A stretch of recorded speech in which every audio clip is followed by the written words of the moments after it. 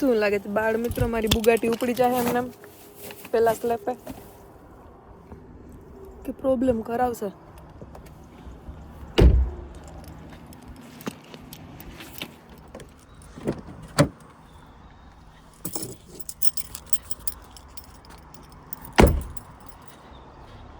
આપણે ઇન્ડિયામાં મોટી કાર ડ્રાઈવ કરી હોય ને થોડોક ટાઈમ, એટલે અહીંયા આવીને તો આ તો એમ લાગે ઓહો મિની વર્ઝનમાં આવી ગયા. હજી શું મૂકવાનું કીધું તો શ્રેયસે? ચાવી.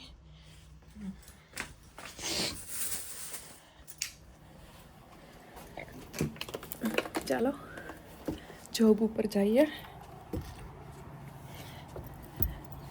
જેટલા ઉડાડ્યા હે એમાંથી થોડા ઘણા કવર કરવાની ટ્રાય કરીએ.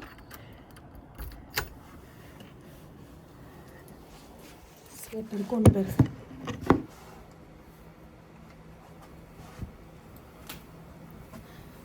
એમ દોડી જતી ઠરી રહે તમને ગાડીમાં બેઠ ને એટલે.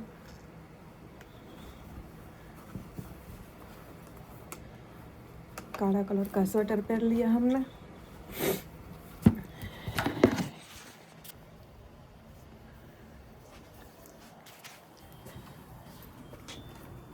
लाइट को करते हुए बंद. इधर लाइट बिल का भी हिसाब करना पड़ता है. इंडिया में बापा ना राज में जलसा करिया.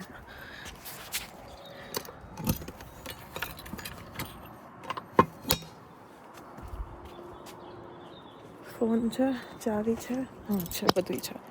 Okay bye bye. કોઈ વાત માનશો? ખબર નહીં શ્રેયસે કદાચ કાલે કાચ ખોયેલો હોય કે નહીં. એ ઉઠશે ત્યારે હું એને પૂછીશ. મારી ગાડીનો ડ્રાઈવર સીટનો ગ્લાસ આખી રાત ખુલ્લો રહ્યો.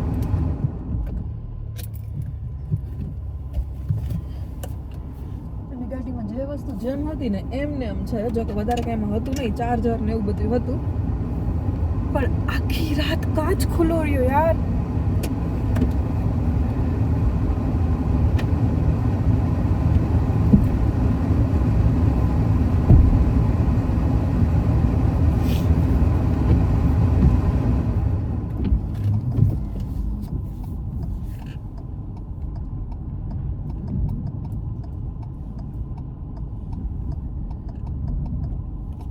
પપ્પાને ખબર પડે મને એટલા ખીચકાય.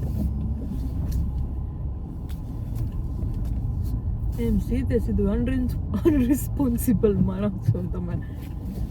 ત્યાંથી જ ચાલુ થાય.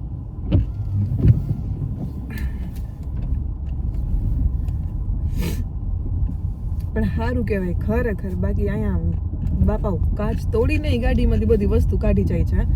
મેં ગાડીના ડોક્યુમેન્ટ ચેક કર્યા, જે વસ્તુ પડી હતી જોઈ, તો હજી તો ભગવાન.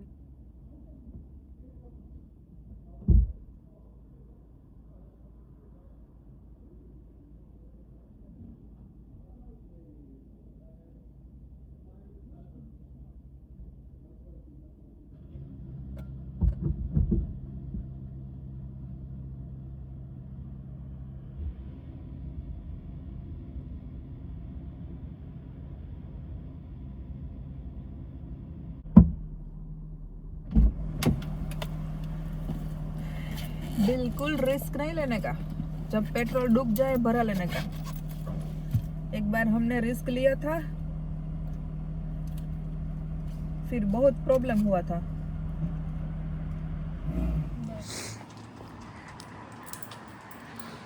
એટલું સરસ વેધર છે. ઠંડી છે થોડી થોડી, પણ આમ એકદમ ઠંડી લાગે એવું એ નથી.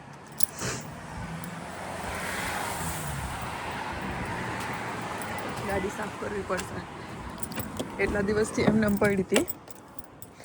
ધૂળ ને બરફ ને વરસાદ ને બધું મિક્સ થઈ ગયું છે.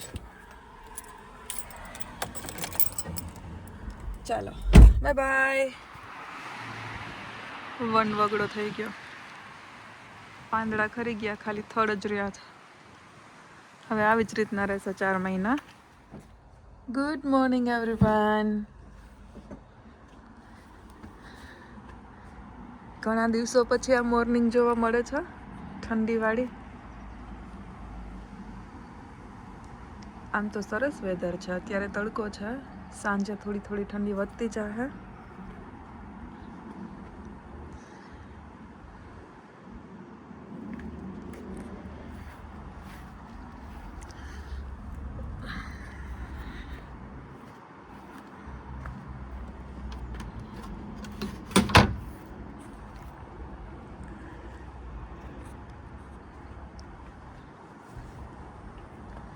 ચંપાબેનને અહીં પાર્ક કરવાની છે હવે. ઓલું પેઇડ પાર્કિંગ છે. શ્રેયસની કાર અહીંયા હતી ને તો મેં ત્યાં પાર્ક કરી નાખી હતી.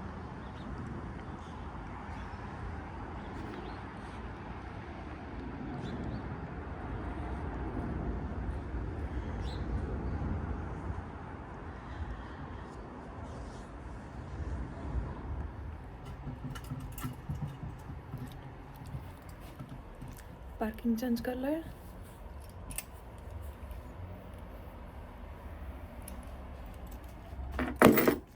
અત્યારે શિયાળાની મોર્નિંગ કેવી હોય ખબર અહીંયા કે ખાલી એમને બેસવાનું હોય ને તો મજા આવે. વેધર એન્જોય થઈ શકે, બધું જોઈ શકીએ. એવું નથી કે અત્યારે ગ્રીનરી નથી એટલે અહીંયા કોઈ સારા પ્લેસ કે સારા વ્યૂ નથી.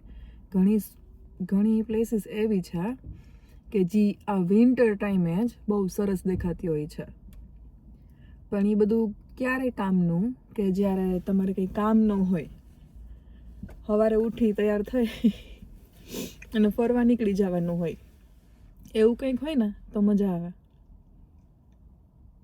પણ મને તો અત્યારે યાદ આવે છે કપડાં મશીનમાં નાખવાના છે, ઇન્ડિયાની બેગ છે એ બધી સોર્ટ આઉટ કરવાની છે, હુવર કરવાનું છે, કપડાં સંકેલવાના છે, રસોઈ કરવાની છે, ઝાઝા બધા કામ છે. આ બધું કરી લઈને એટલે 3 વાગે અંધારું થઈ જશે. આપણો દિવસ પૂરો ને આપણી રજા પણ પૂરી.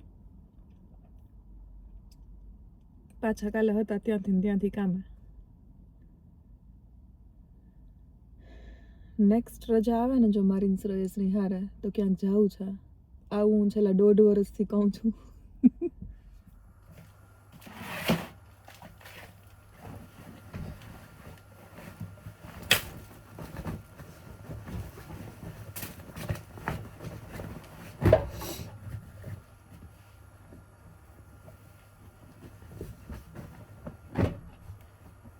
કપડાં ખબર નહીં ક્યારે સુકાય પણ નાખવા તો પડશે જ.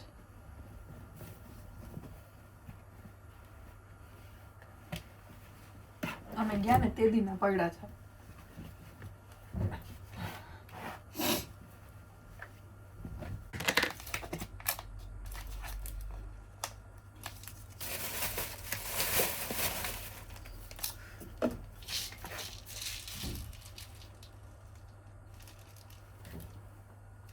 આને સીધું આ રીતના જ મૂકી દઉં છું.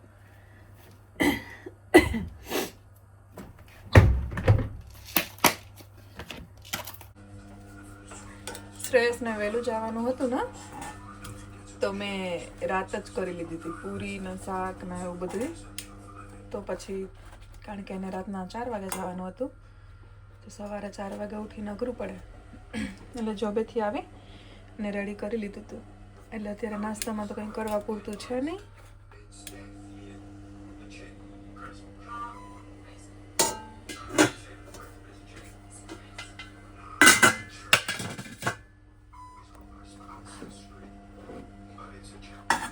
ને ચા ઘરમાં બધું ઉડાડ ફુડાડ છે. હજી સામાન કાઢીને આવીને ઢગલો કરી દીધો હતો.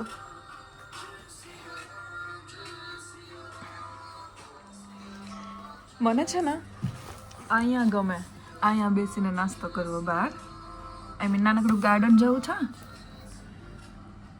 અને મજા આવે આમ. સરસ તડકો છે. પણ જો શ્રેયસ આ વિડીયો જોવે ને, ઇન્ડિયાથી છે ને મારી મમ્મીએ આઈ મીન એટલું ઝીણું યાદ કરીને બધી વસ્તુ લેવડાવી છે ને કે આખું વર્ષ હવે કંઈ લેવાનું થતું જ નથી.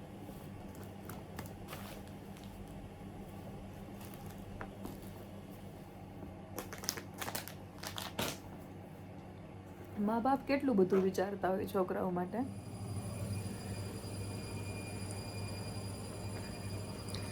જોઈ લ્યો કેટલું બધું ઉડે છે. આ બધાની જગ્યા ગોતી ને પેલા ગોઠવવું પડશે. અડધું પડધું તો મેં ગોઠવી નાખ્યું હમણાં. અહીંયા મળે છે, પ્રાઇસ થોડી હાઈ હોય છે પણ જે લેડીઝનો કુદરતી નેચર હોય છે એ મુજબ થોડાક પૈસા બચાવવા માટે છોકરીઓ એ વસ્તુ કરી શકે, વાંથી ઢળીને પહોંચાડી શકે.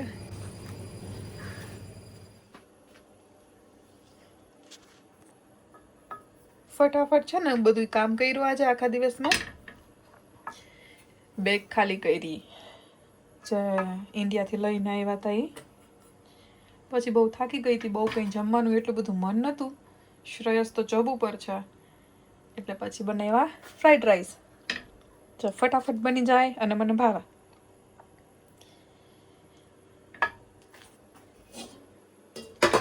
ઇઝી જમવાનું, ફટાફટ થઈ જાય એવું. બધું કામ કર્યું, નવી વસ્તુ જે ઇન્ડિયાથી આવી હતી એ બધી ગોઠવી. જોઈ લ્યો અમારું ફ્રીજ કેટલું હાવ ખાલી ખમ છે. હમણાં વેમ્બલીનો એક ધક્કો ખાઈને એટલે બધું ભરાઈ જવાનું છે.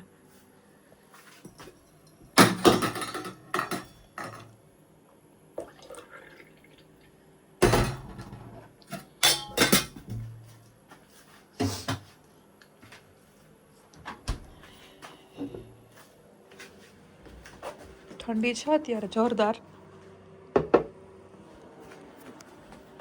એટલે જ્યાં જાય એને હીટર ભેગું ને ભેગું.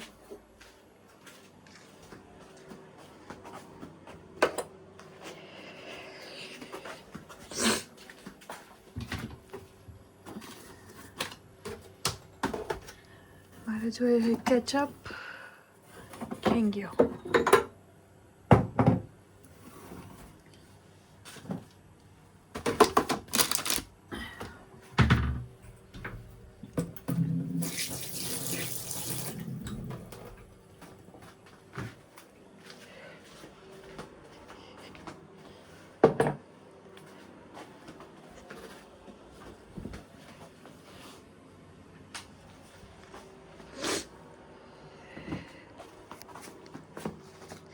કપડાને રૂમમાં સૂકવી દીધા. બહાર ઠંડી છે, સુકાય નહીં ઘડીકમાં. ને ડ્રાયર અમારું છે ને અહીંયા નથી લઈ આવ્યા અમે હજી. પછી તો ડ્રાયરમાં નાખી દેવાય એવું વિચાર હે, પણ હવે એના માટે ડ્રાયર લેવા જવું. પણ અમે પહેલાં જ્યાં રહેતા ને ત્યાં પડ્યું હે.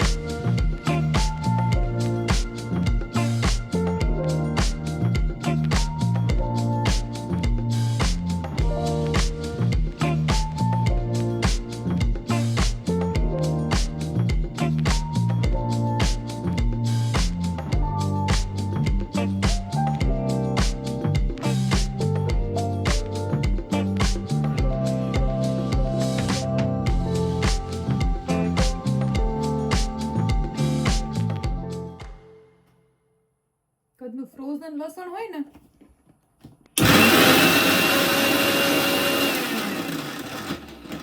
જો કાકરા જેવો અવાજ આવે છે, અને પાકું લસણ જ છે.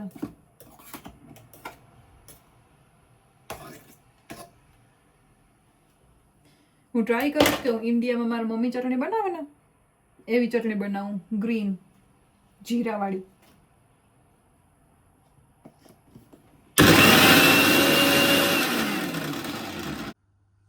સાદું અને સાત્વિક ભોજન રેડી.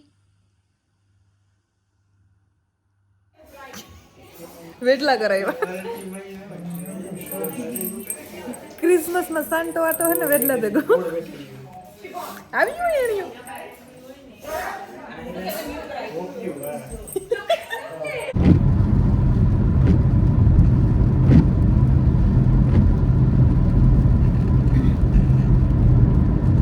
કન્ટિન્યુઅસલી છે ને આખો દિવસ વરસાદ વરસો છે.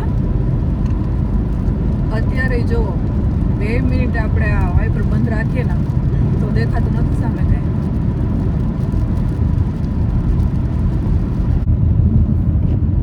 ઉપરથી આ લોકો ઘણી સ્પીડ લિમિટ ચેન્જ કરે છે.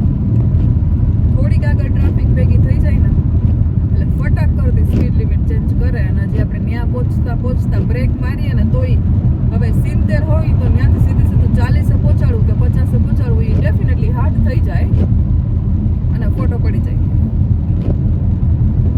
મારે 2-3 વાર એવી રીતના ફ્લેશ થઈ જાય પણ મને બી કોઈ છે કે નહીં ફોટો પડી ગયો છે. પણ શ્રેયસ કે ના નહીં આવ્યો ભાઈ, એઝ અ વોર્નિંગ આવ્યો સર. અને લકીલી એવું જ થયું છે કે હજી ભગવાનની દયાથી આટીમાં નથી આવ્યા.